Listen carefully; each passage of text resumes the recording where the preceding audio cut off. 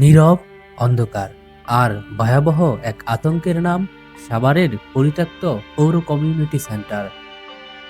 রোববার দুপুরে এখান থেকেই আবারও উদ্ধার হলো দুইটি পোড়া মরদেহ। পুলিশের ধারণা একজন নারী আর একটি নিষ্পাপ ছেলে শিশু। পুড়ে যাওয়া শরীর, নিভে যাওয়া দুটি জীবন, কিন্তু আজও অজানা তাদের নাম, পরিচয়, গল্প।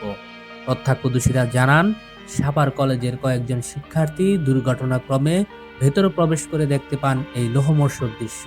আতঙ্কে কাঁপতে কাঁপতেই তারা ফোন করেন 999 নম্বরে। খবর পেয়ে ঘটনাস্থলে পৌঁছায় সাভার মডেল থানা পুলিশ। সাভার মডেল থানার ওসি অপারেশন হেলাল উদ্দিন জানান, মরদেহ দুটি সম্পূর্ণরূপে পোড়া থাকায় পরিচয় শনাক্ত করা সম্ভব হয়নি। তবে বিষয়টি গুরুত্বের সঙ্গে তদন্ত করা হচ্ছে। কিন্তু প্রশ্ন থেকেই যায়, এই কমিউনিটি সেন্টার কি পরিত্যক্ত ভবন নাকি খুনের নীরব আস্তানা? এর আগেও এখান থেকে উদ্ধার হয়েছিল হাত পা বাঁধা এক যুবকের মরদেহ, পরে অর্ধনগ্ন এক নারীর লাশ, তারপর টয়লেটের ভেতর থেকে আরেক পুরুষের নিথর দেহ।